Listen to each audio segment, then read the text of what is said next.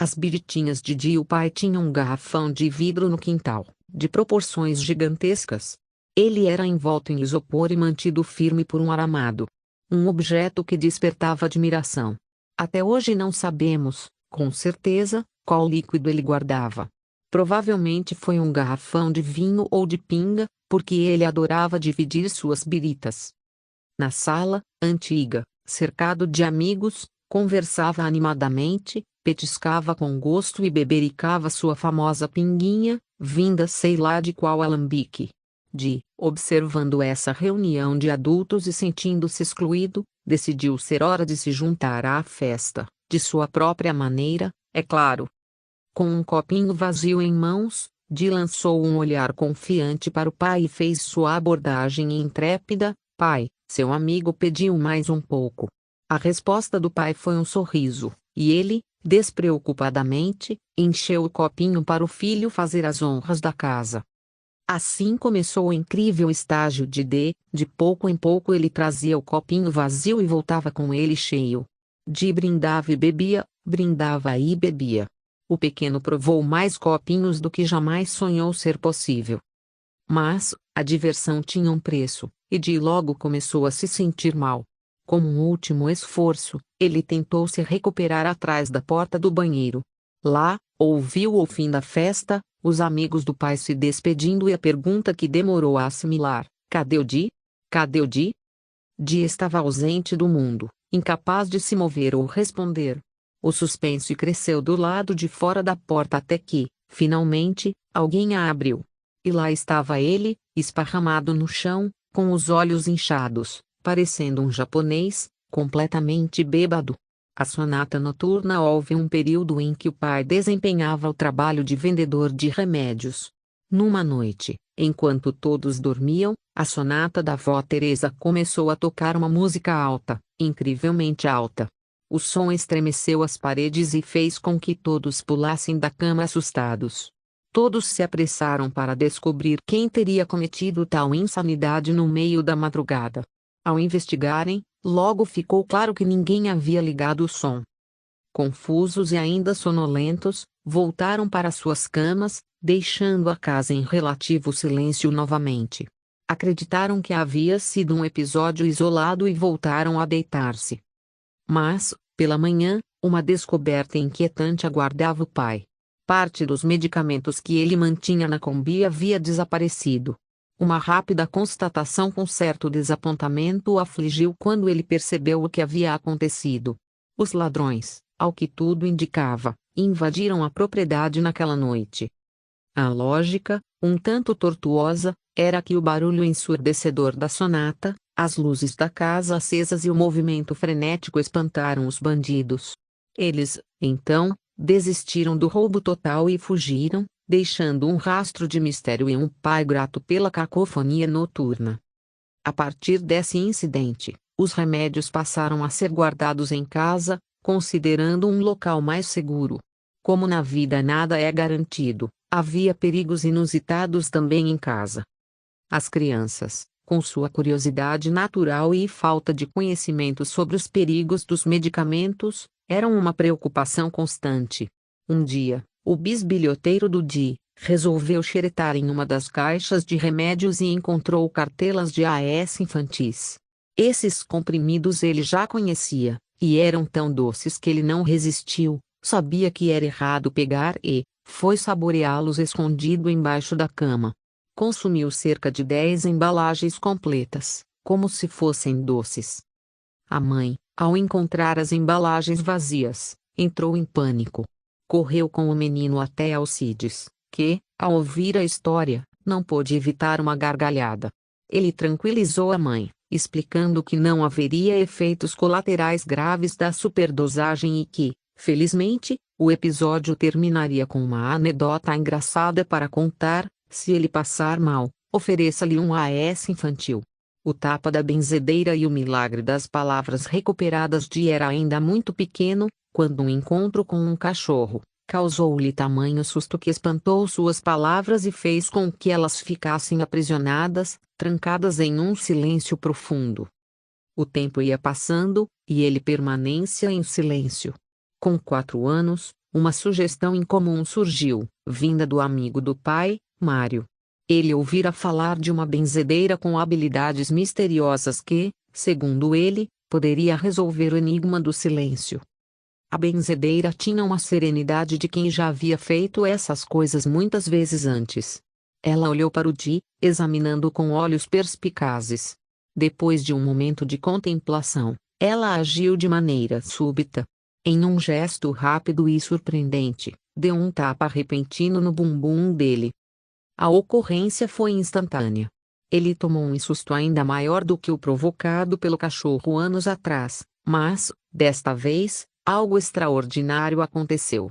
As palavras que haviam estado aprisionadas por tanto tempo voltaram à vida. Ele falou, e falou com entusiasmo, quase como se estivesse compensando todos os anos de silêncio em um único instante. Obviamente, sua primeira palavra após o toque da benzedeira foi, aí. E começou a chorar. De maneira surpreendente, ele voltou a falar.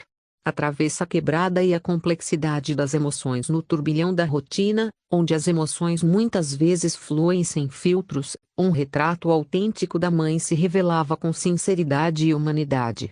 Era um cenário que transbordava no cotidiano da vida, onde as coisas caíam e se quebravam tão rapidamente quanto as palavras impetuosas que escapavam de seus lábios. A mãe, com toda a sua confiança, tinha uma forma distinta de reagir quando algo escapava de suas mãos e caía com estrondo. Uma sinfonia de palavras transmitidas pela emoção inundava o espaço ao seu redor. Era como um impulso visceral que não podia ser contido, uma explosão de sentimentos. Ela olhou para a tampa da panela caída ao chão, quase como se estivesse trocando olhares com um inimigo, e disse as palavras que se tornariam uma espécie de mantra familiar: "Quer cair? Cai mesmo, filha da P." A resposta das crianças não poderia ser senão uma explosão de risos. O choque inicial da tampa que escapou se transformou em uma cena repleta de gargalhadas contagiantes. Cada xingamento feito por ela era um gatilho para mais risos. Não importava se fosse algo pequeno e trivial, ou se a queda de um objeto desencadeasse um ressoar de palavras ásperas. A mãe sentia uma intensidade avassaladora, uma tempestade interna que encontrou saída por meio de uma cascata de palavras que normalmente eram reservadas para os momentos mais intensos. E então, em meio a esse mosaico de emoções, uma cena específica se destaca como um fragmento de lembrança, uma travessa, tão bonita e aparentemente frágil, escorregou de suas mãos e, ainda no ar, ela tentou segurá-la. No entanto, a travessa escapou novamente, e ela agarrou com tanta raiva que a lançou ao chão com força, proferindo a frase: "Quer cair? Então caia mesmo, sua vaca." Depois de lançar a travessa no chão e vê-la se espatifar, a mãe teve um lampejo de consciência. "Tadinha, tão bonitinha que ela era", disse a mãe, em um suspiro de arrependimento que cortava o tumulto das palavras anteriores. Foi um momento de vulnerabilidade, um vislumbre que mostrava que, apesar da tempestade emocional, a mãe não era cega para a beleza e o valor das coisas ao seu redor. Essa lembrança é uma fresta para o coração da mãe, uma oportunidade de testemunhar suas emoções em toda a sua complexidade. Noites de aprendizado nas doçuras e desafios da maternidade. Um capítulo se desenrolava todas as noites com paciência e perseverança. Era um momento de aprendizado mútuo e de um amor que se manifestava nas pequenas ações. A mãe, com sua dedicação inabalável, guiava-de através dos territórios áridos das lições de casa, com a esperança de plantar sentimentos de conhecimento e disciplina.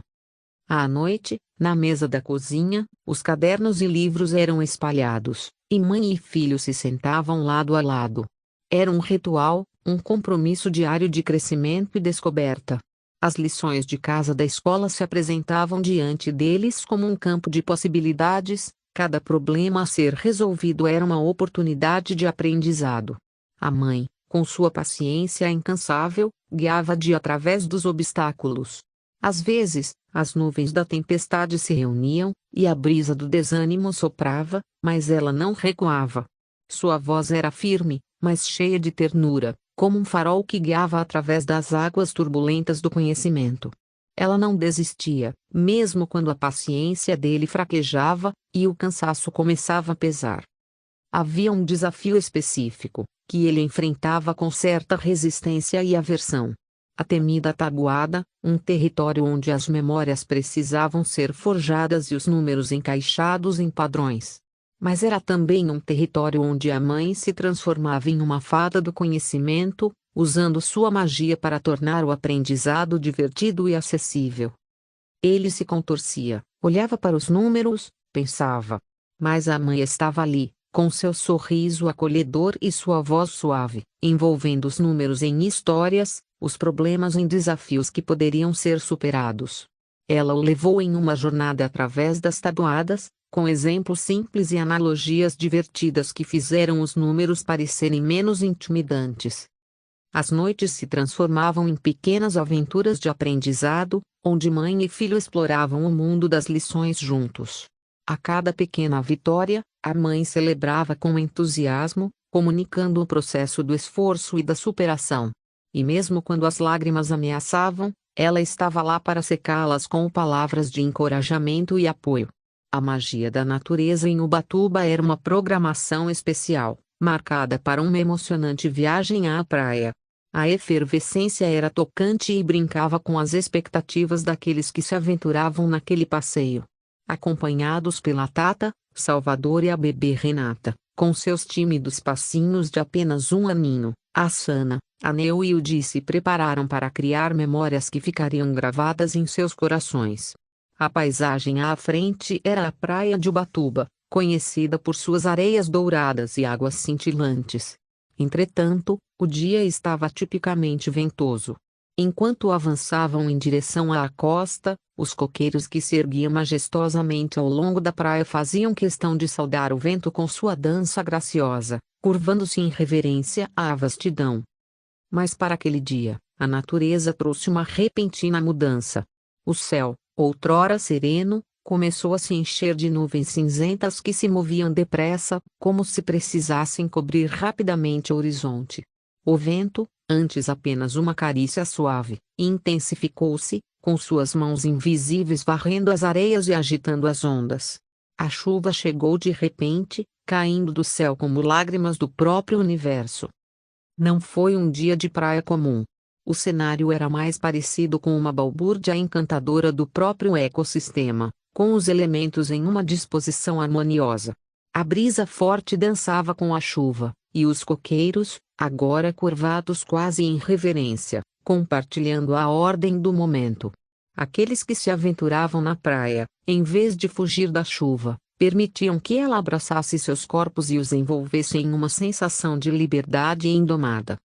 Naquela praia de chuva, como a alcunha carinhosa sugeria, a sensação era de estar completamente imerso na magia do lugar. As risadas ficavam acima do som da chuva, as mãos se estendiam para espalhar as gotas geladas na pele e os olhos brilhavam com a exibição do espetáculo. Era um relacionamento profundo com a vida em seu estado mais puro, com todos os seus caprichos e beleza desafiadora. Até hoje, quando os ventos se tornam impetuosos e a memória daquela praia de chuva ressurge, Rosana se vê transportada de volta ao instante mágico. Ela fecha os olhos, permite que a brisa toque suavemente seu rosto e inala profundamente. Num piscar de olhos, ela é levada de volta à praia ventosa, à chuva que encorajou o momento e as risadas partilhadas sob o céu cinza. A sensação de experiência maravilhosa se manifesta novamente, como um abraço reconfortante da própria natureza, lembrando-a de que a vida é cheia de momentos inesperados e desconhecidos que permanecem conosco para sempre. Um paradoxo. Sana e Neu, com suas personalidades traquinas, decidiram embarcar em mais uma de suas empreitadas, tendo a Simone como alvo. Uma missão: pregar o maior susto nela e dar boas gargalhadas às suas custas. A verdade é que Sana e Neu tinham dúvidas sobre as habilidades de Simone em escapar das situações perigosas, especialmente do temido Barbosa, uma figura que, naquela época, era vista como uma ameaça digna de pesadelos. Apesar de pequena, tinha um temperamento elevado. Quando se irritava, o que não era uma tarefa muito difícil de conseguir, Ela distribuía golpes dolorosos que as faziam correr. Elas não fugiam por medo de retaliação. Na verdade, elas corriam porque entendiam que essa era a parte mais divertida. Pois se quisessem, tinham muito mais força para enfrentá-la. Era um daqueles casos em que o receio ou a dúvida podiam ser piores do que a realidade. Como tentar escapar de uma chuva de penas. Mas o que tornou essa lembrança discrepante foi o fato de que elas foram buscar a si para que ela não passasse por nenhum medo, e, ao mesmo tempo, em que queriam defendê-la, resolveram assustá-la.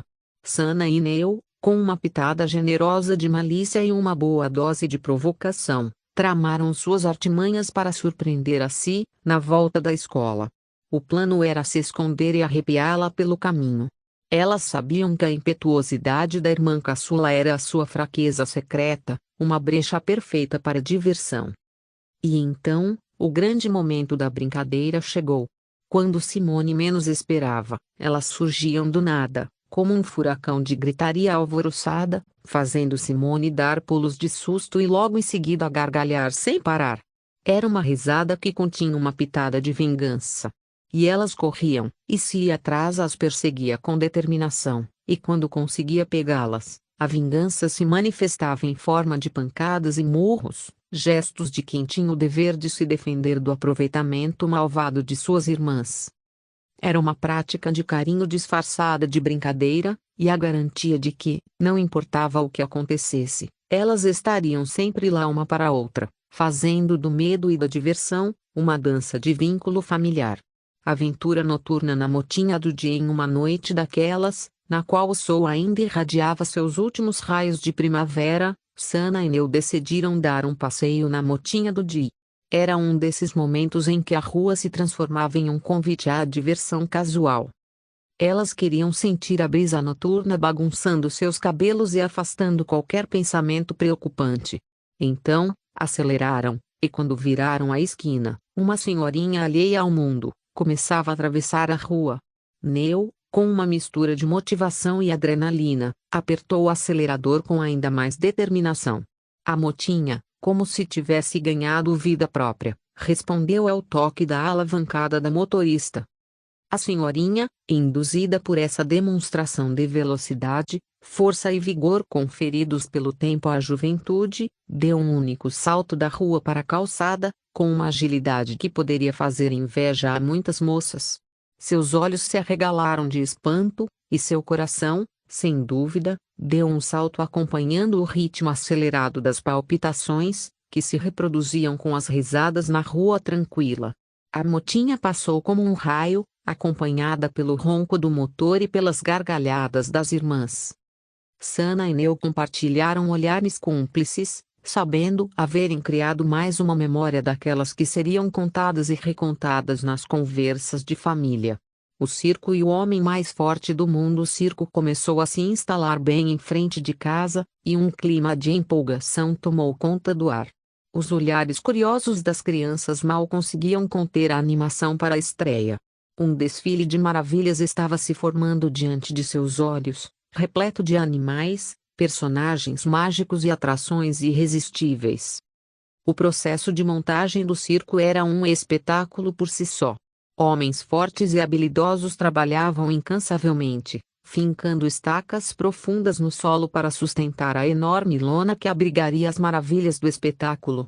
Os martelos batendo nas estacas apontavam uma amostra emocionante do que estava por vir. A lona se esticava com uma imponência surpreendente, formando uma cúpula mágica sob a qual todas as emoções aconteceriam.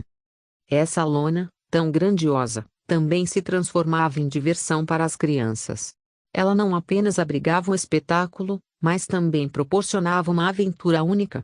Como um tobogã improvisado, a lona esticada se transformava em um escorregador gigante, convidando os pequenos a deslizarem por sua superfície em pura euforia. O sentimento de frio na barriga ao deslizar por aquele primeiro tobogã era indescritível, uma experiência nova e emocionante que fazia os corações infantes baterem mais rápido. Enquanto se divertiam escorregando na lona, as crianças também aproveitavam para brincar de escapar dos homens que trabalhavam com afinco para erguer o circo. Eles gritavam e coordenavam os esforços, enquanto as crianças, movidas por uma mistura de empolgação e travessura, fugiam na direção oposta. Era como um jogo enérgico de gato e rato. Assim, a montagem do circo se transformou em um evento emocionante. Cada movimento, cada som e cada vislumbre das atrações futuras enchiam as crianças de expectativa e alegria. O circo estava se erguendo. As noites ficavam fantasiosas à medida que o circo se iluminava em frente de casa. Para as crianças, aquilo era mais que um espetáculo, era a promessa de um mundo repleto de maravilhas e aventuras. Era um protocolo noturno, esperavam que as luzes coloridas e cintilantes se acendessem, dando vida a um cenário inovador. E quando a cortina da noite caía sobre a cidade, as crianças, cheias de poeira e um toque de travessura, deslizavam sorrateiramente por debaixo da lona para escapar do pagamento do bilhete de entrada. Era um desafio, uma forma de aproveitar o espetáculo sem ter que desembolsar um centavo. O brilho das luzes, o aroma de pipoca e algodão doce os envolvia como em um sonho bom. Arrepios de admiração percorriam seus pequenos corpos, enquanto observavam os malabaristas, os palhaços e as acrobatas realizando façanhas impossíveis. Era como se o mundo real desaparecesse e o picadeiro tomasse seu lugar. No entanto, a noite que trouxe o anúncio do homem mais forte do mundo trouxe uma mudança inesperada. O alarido do locutor fez tremer a tenda, anunciando a atração que estava por vir. O homem desafiava qualquer um da plateia a medir forças com ele, uma oportunidade de se provar diante de sua figura impressionante de vigor e poder. Enquanto o público esperava com antecipação, a cortina se abriu e o homem entrou em cena. Seus músculos imponentes eram uma visão para que todos voltassem seus olhos. Vestia uma espécie de capa nas costas, realçando sua grandiosidade. O momento da revelação foi o ápice, a capa foi removida, e ele exibiu seus músculos em uma pose desafiadora. Mas, em meio ao encanto geral, um grito agudo de pânico cortou o ar. A pequena Simone, traumatizada pelas constantes ameaças de Barbosa, achou que aquele homem que se apresentava no circo era o próprio. Não conseguiu conter seu abalo. Seus olhos não enxergavam mais nada, a não ser a figura imponente do homem, e seu coração acelerado a fez entrar em um descontrole emocional. Os rostos atentos dos que a cercavam foram confundidos pela visão aterradora do homem de músculos proeminentes. Em meio a lágrimas e soluços, ela teve que ser retirada da tenda, abraçada pelo medo que a assolava. Uma figura que poderia ter sido inspiradora e fascinante, foi transformada, aos olhos dela, em um ser aterrador. Naquela noite, a escuridão da tenda do circo não trouxe apenas maravilhas, mas também a dura lembrança de seus temores. Um dia, Sana, Neu e Simone estavam voltando do bar do Berto com um saco plástico de leite e um pão bengala, enrolado em um papel rosa. Ao virarem para a esquina na quadra de casa, viram que a perua do Barbosa estava no meio da quadra com as portas laterais completamente abertas. Sana segurou firme na mão das duas e avisou: "Corre! Corre bem forte!" Os passos se apressaram enquanto elas se afastavam da perua do Barbosa. O homem, conhecido por suas atitudes ameaçadoras, começou a persegui-las, seus gritos reverberando na rua: "Venham cá, venham ver uma coisa aqui, venham!" O instinto de autopreservação as guiou até a segurança de casa. Com a agilidade de quem teme pelo pior, Sana trancou a porta com a chave. O estampido dos punhos de Barbosa colidindo com a porta estrondavam nos ouvidos, enquanto ele vociferava raivosamente. As meninas se refugiaram nos braços da mãe, encolhidas no fundo da casa. Lágrimas banhavam seus rostos enquanto procuravam consolo e segurança. O abraço materno as envolvia e consolava, e elas choraram até que o silêncio finalmente chegou, marcando a partida de Barbosa. A paz chegou ao perceberem que o perigo se fora, mas a lembrança das palavras estridentes e das ameaças atrelariam por um tempo, deixando uma sensação de vulnerabilidade. Guiada pelo temor de uma possível vingança do pai em defesa do lar, a mãe avisou com urgência: "Não mencionem o que aconteceu hoje aqui. Não falem sobre esse tal Barbosa." Seu pai ficaria muito zangado, e tenho medo do que ele possa fazer. Todas concordaram com um aceno de cabeça. Entretanto, Simone, no calor do seu abraço e beijos costumeiros ao receber o pai, rompeu o acordo implícito e detalhou minuciosamente o incidente, como se ninguém a tivesse proibido. Ela incluiu o local onde Barbosa morava. O pai, ao ouvir o relato de Simone, foi tomado pela fúria. Sem hesitação, pegou uma mangueira de posto que sempre mantinha atrás do banco do motorista e partiu imediatamente em busca de Barbosa. A rua Conselheiro Antônio Prado era o destino do pai enfurecido.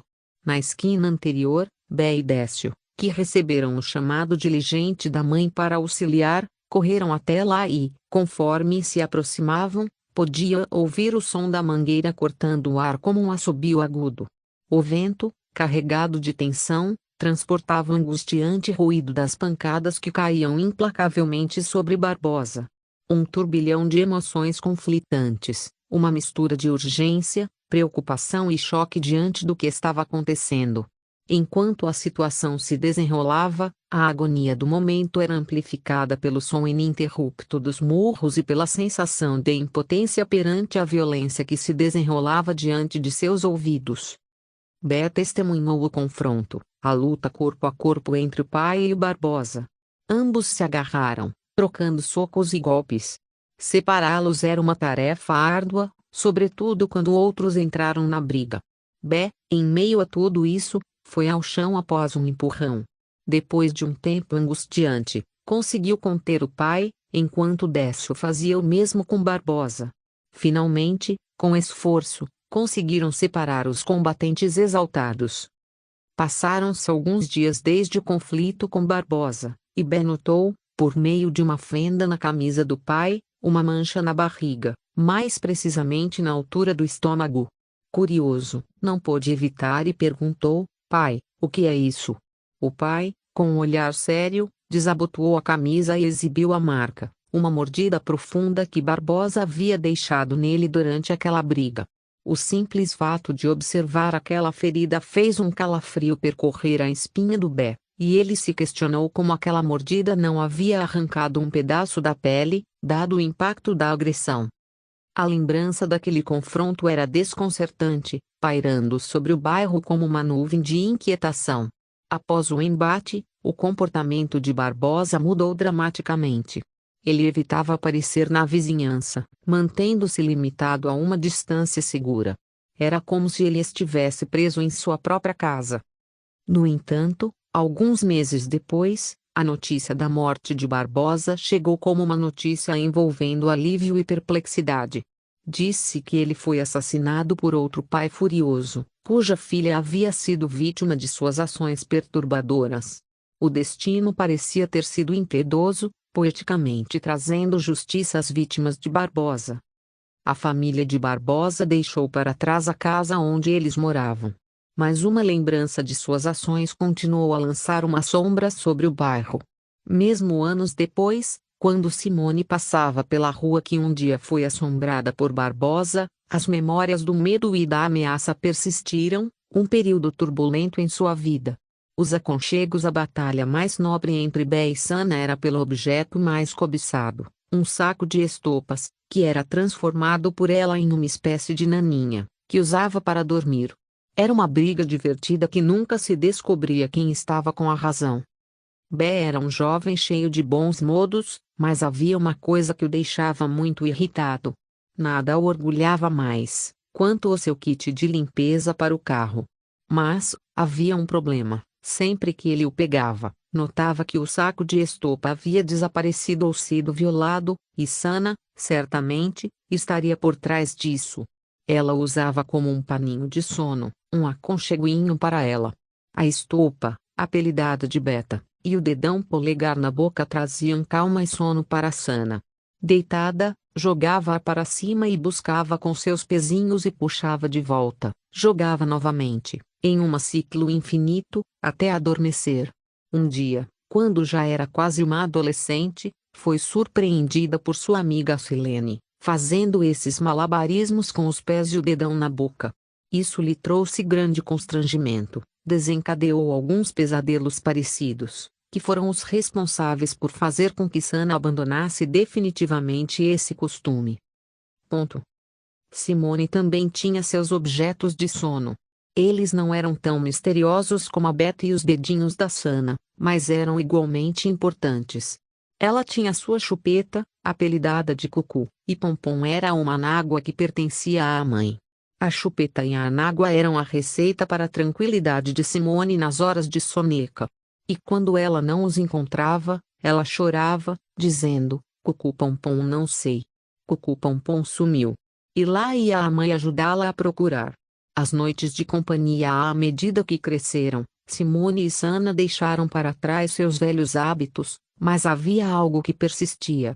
Sana, com sua voz melosa e inconfundível, continuava chamando por Simone na hora de dormir, como uma rotina sagrada.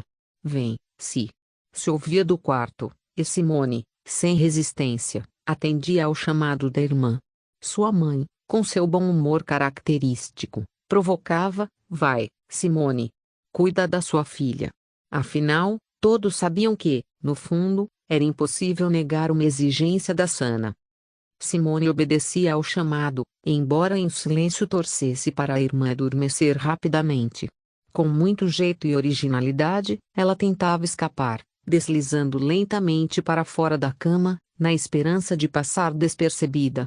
Era uma operação delicada, como sair de uma armadilha. Às vezes, Sana não percebia a fuga silenciosa de Simone, afundando rapidamente nos braços do descanso. Mas, em outras noites, o adormecimento de Sana era leve, e ela chamava: "Si". Esse era o sinal que Simone conhecia muito bem, que ela deveria ficar mais um pouco, que sua missão de guardiã do sono ainda não estava completa. As irmãs sussurravam histórias e conversas malucas, embriagadas de sono. Toda noite era um novo juramento de que, não importava quanto crescessem, ou o que acontecesse na vida, enquanto a Sana chamasse, Simone estaria lá, pronta para mais uma noite de risos e confidências.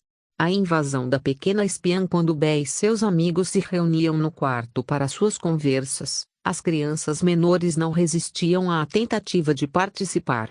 No entanto, o quarto já estava lotado, e os pequeninos mal tinham voz em meio aos temas maduros dos mais velhos. Mas Neu, uma pequena detetive, curiosa e disfarçada de criança, sempre ansiosa por um mistério a ser resolvido. Ela desenvolveu uma técnica infalível de infiltração, precavida como uma verdadeira espiã. Se a porta estivesse destrancada, Neu se deslizava para dentro do quarto sorrateiramente, como uma sombra na noite. Quando Bé finalmente percebia sua presença, ela já estava lá, sentada entre as pernas cruzadas do irmão mais velho, como se fosse a dona do pedaço. Em seguida, os outros, Dee e Sana, seguiam o exemplo, deslizando para dentro do quarto e encontrando, quietinhos, seu próprio lugar. Daí era a vez da Simone. Ela se aproximava da entrada da porta, desejando também ser invisível naquele quarto onde as conversas pareciam ser tão interessantes. Porém, ela nunca conseguia não ser notada. Bé percebia instantaneamente a sua presença e em fração de segundos notava que a linha de invasão havia atingido o seu limite. Não havia espaço nem paciência para mais um penetra e ele botava todos para fora. As crianças o admiravam mais que tudo, mas nesse momento eles o enxergavam como um general defendendo seu território, explodindo em um comando militar. Era uma ordem de alta patente, e todos sabiam que era hora de se retirar.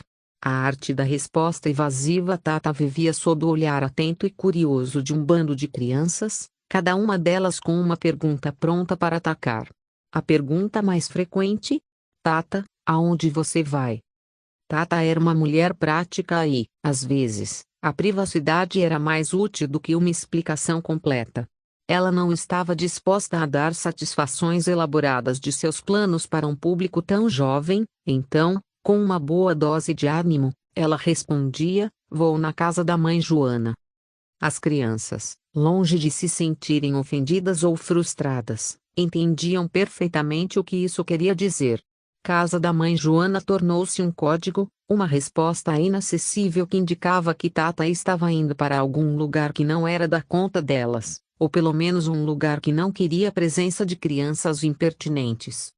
De uma maneira bem cristalina, Tata garantia sua vida particular segura, e as crianças aceitavam descomplicadamente o que não podia mudar, voltavam para suas atividades com total compreensão.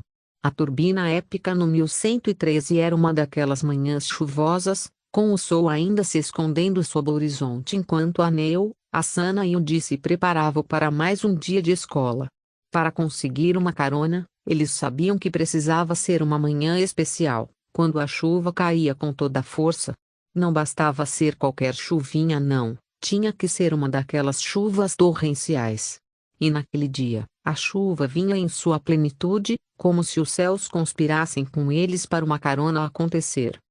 Foi o Bé quem se ofereceu para levá-los em seu caminhão azul, o 1113. O veículo, robusto e cheio de história, subia a ladeira da Imperatriz com uma lentidão quase cômica. À medida que o caminhão avançava, a monotonia se instalava a bordo. Sentados no banco, com os braços cruzados e rostos entediados, os irmãos começavam a pensar que talvez tivessem feito uma escolha errada naquela manhã. Mas o Bé era um verdadeiro mestre na arte de animar a tripulação.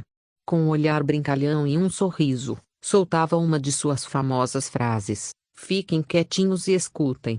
Logo ligará a turbina do caminhão." E como mágica, todos os olhares se voltavam para ele, à medida que as expressões entediadas se transformavam em expectativa. Ficavam atentos. A cada palavra do Bé, a imaginação das crianças entrava em ação. Acreditavam, com todo o coração, que aquele caminhão tinha uma turbina secreta, pronta para ser ativada a qualquer momento. Era como se o 1113 tivesse um talento oculto, esperando ansiosamente para mostrar seus poderes.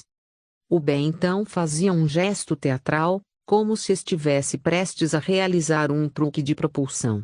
"Agora, meus caros passageiros, preparem-se para o acionamento da turbina." E com um toque dramático, fingia girar uma chave imaginária. Os olhos das crianças se esgazeavam e seus corações batiam mais rápido enquanto imaginavam a turbina ganhando vida. E então, o Bé dava início à zombaria. O caminhão continuava a subir a ladeira, mas agora, com um zumbido sutil, como se realmente estivesse ganhando velocidade. As crianças olhavam umas para as outras com olhares cúmplices, sorrindo amplamente. Estavam numa aventura mágica, com um caminhão que tinha uma turbina secreta. A alegria era contagiante.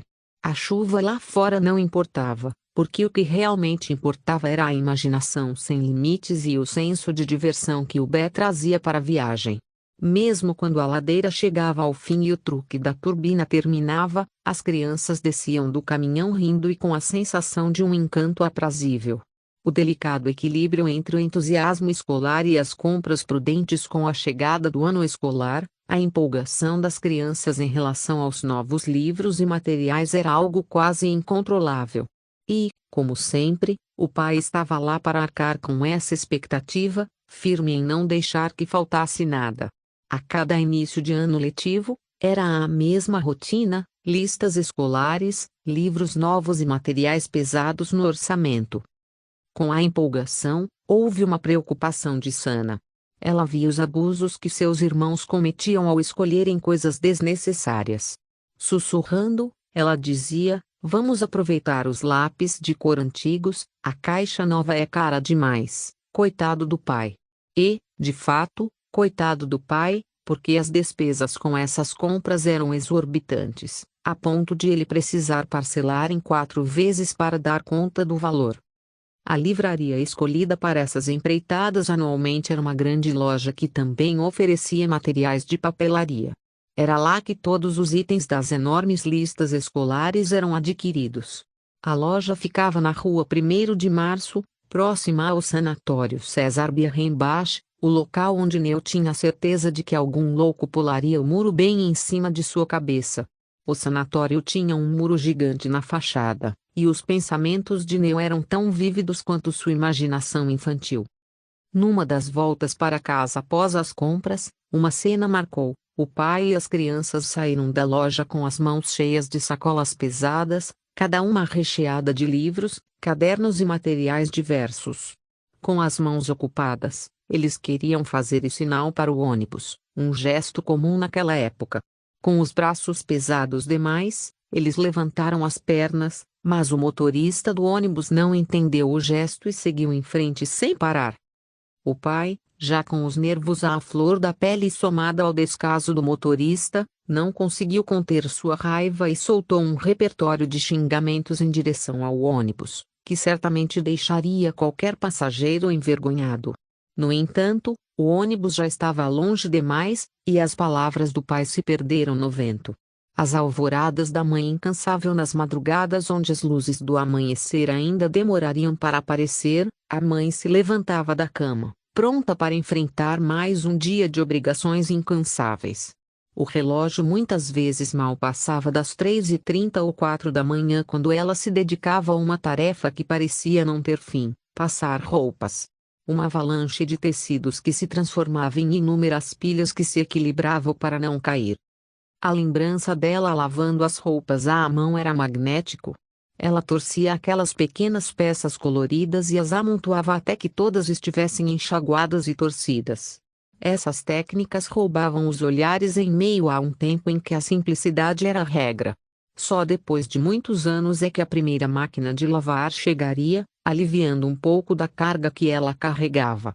O despertar amoroso da mãe, uma canção matinal. Ela não apenas cuidava das roupas, mas também dos pequenos corações que batiam em casa. Sabia que o dia era árduo, um emaranhado de responsabilidades e desafios que os aguardavam. Então, antes mesmo do sol se levantar, o lanche e o café da manhã estavam prontos, esperando sobre a mesa para serem desfrutados por seus filhos. Nos dias gelados, o calor do ferro de passar se tornava providencial. Ela pressionava o metal quente contra as roupas, esquentando-as com antecedência, como se quisesse aquecer e proteger os pequenos do frio severo que os esperava lá fora. Não queria arrancá-los do aconchego das cobertas e colocar sobre eles uma roupa gelada. A tarefa de acordá-los era uma batalha medonha contra a tentação do sono, mas ela possuía um jeito único de fazê-lo. Sua voz se tornava uma canção suave, um chamado carinhoso que os envolvia como um abraço matinal. Ela deslizava suas mãos gentis pelos cabelos, braços e rostos, como se depositasse a energia do amor em cada toque. Um dedo indicador percorria suas sobrancelhas, e ela os cobria novamente, criando um casulo de ternura. Às vezes, sua voz se transformava em melodia, um cântico que os convidava a despertar para um novo dia.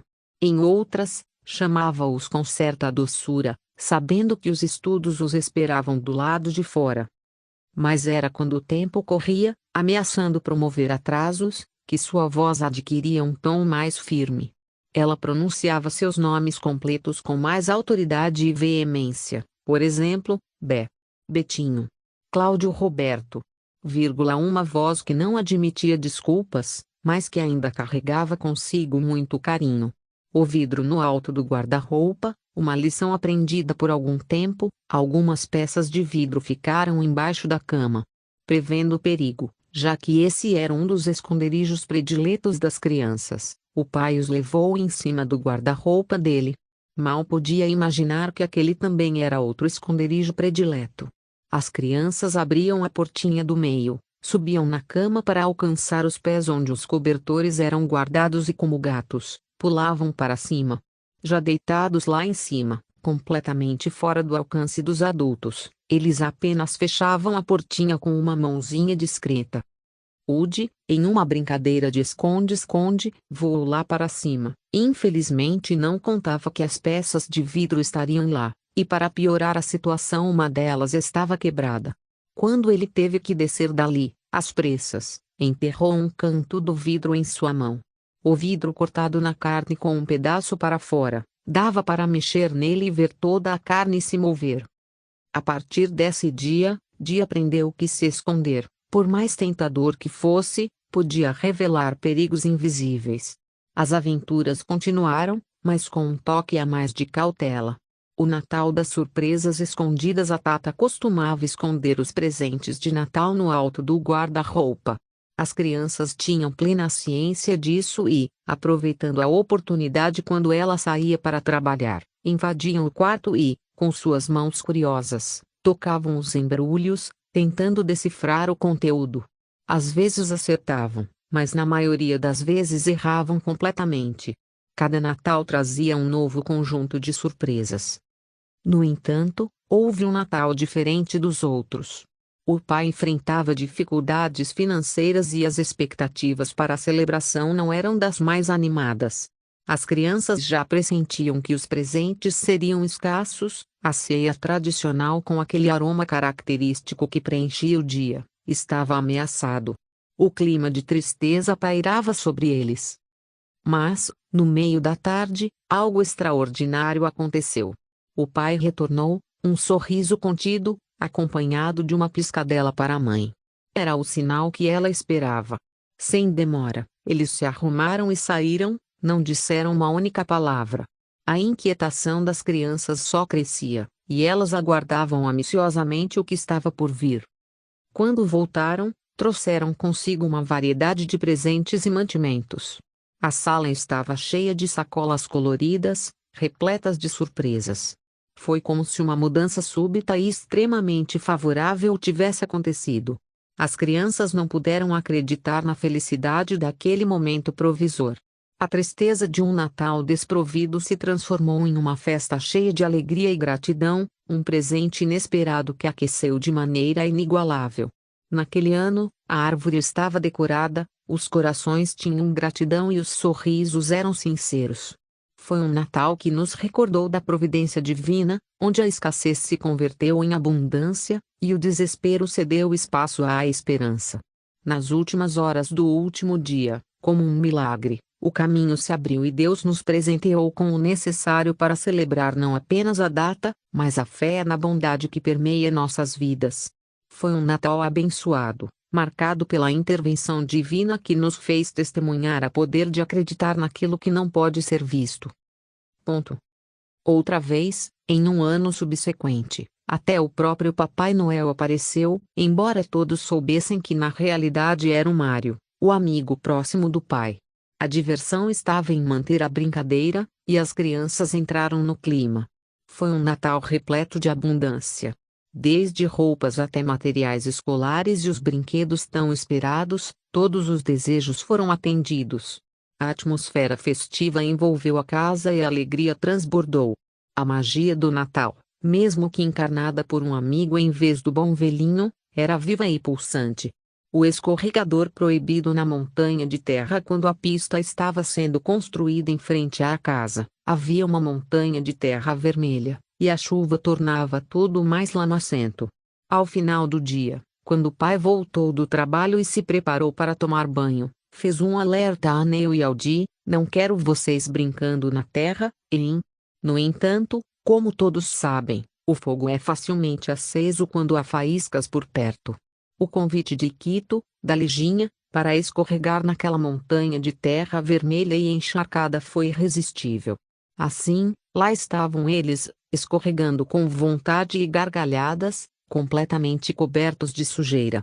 A diversão estava a todo vapor, até que um som cortou o ar, um assobio que todos conheciam muito bem. O assobio do pai.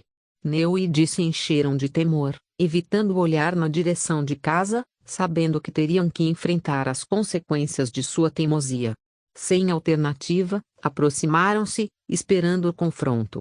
O corajoso Oreia se adiantou, mas o pai lançou um aviso firme: se colocar a mão ou der um passo à frente, vai apanhar 2 vezes. Determinado a não ser humilhado, Dee manteve-se firme, mesmo após a cintada, e com uma bravura, exclamou: nem doeu. Contudo, sua ousadia custou caro, resultando em uma dose dobrada de disciplina. Neil, por sua vez, não desafiou as ordens do pai, não pulou nem tentou se proteger com as mãos, mas ainda assim, as cintadas duplas não foram evitadas. O pai, naquele momento, através de suas punições imediatas, reafirmava que sua autoridade não poderia ser desobedecida, mesmo diante de um convite tentador com lama e chuva. Uma travessura de verão, o leite no ônibus quando Paulinho estava prestes a se mudar, A tarefa de esvaziar a geladeira revelou 1 litro de leite aberto, e na dúvida sobre o que fazer com ele, Dee teve uma ideia. Ele tomou um gole e sugeriu adicionar açúcar para torná-lo mais saboroso. Porém, a quantidade de açúcar foi exagerada, resultando em um leite doce, impossível de ser bebido. Diante dessa situação, surgiu a pergunta: o que vamos fazer com isso? Num dia escaldante, com calor insuportável, Dee teve uma solução incomum: vamos jogá-lo no ônibus. Ele foi acompanhado por Paulo e Francisco, um morador da Rua do Jardim 7, que parecia menos sujeito a participar da travessura. Francisco se sentou a meio caminho e decidiu-se a não participar, explicando que não compactuaria com a ação e não teve o menor constrangimento para disfarçar sua posição. Os dois, então, dirigiram-se à rampa de cimento entre as gramas, mantendo as mãos cuidadosamente escondidas atrás das costas. Quando o ônibus se aproximou, eles jogaram o leite. O impacto foi direto na janela do cobrador, causando um estouro e espalhando líquido no ônibus. O veículo imediatamente parou, e o cobrador desceu, provocando uma fuga veloz. Francisco, que tinha ficado sentado à beira do caminho, tomou uma velocidade, muito à frente deles, que os surpreendeu, gritando: corre! Corre que o cobrador está atrás! Apesar de o cobrador não poder se dar ao luxo de persegui-los por muito tempo devido ao seu trabalho, ele os assustou. Contudo, o cobrador procurou uma casa para poder lavar a toalha milada que já trazia consigo, pedindo justamente à mãe que lhe desse um pouco de água, a fim de ajudá-lo a remover o leite. Ele comentou com a mãe sobre o comportamento inadequado dos meninos, destacando a desconsideração pelos trabalhadores. A mãe concordou com ele e fingiu não saber quem eram os moleques, mantendo sua preocupação em segredo. Ao voltar para casa, Dee teve a repreensão da mãe, recebendo algumas palmadas como correção por sua travessura.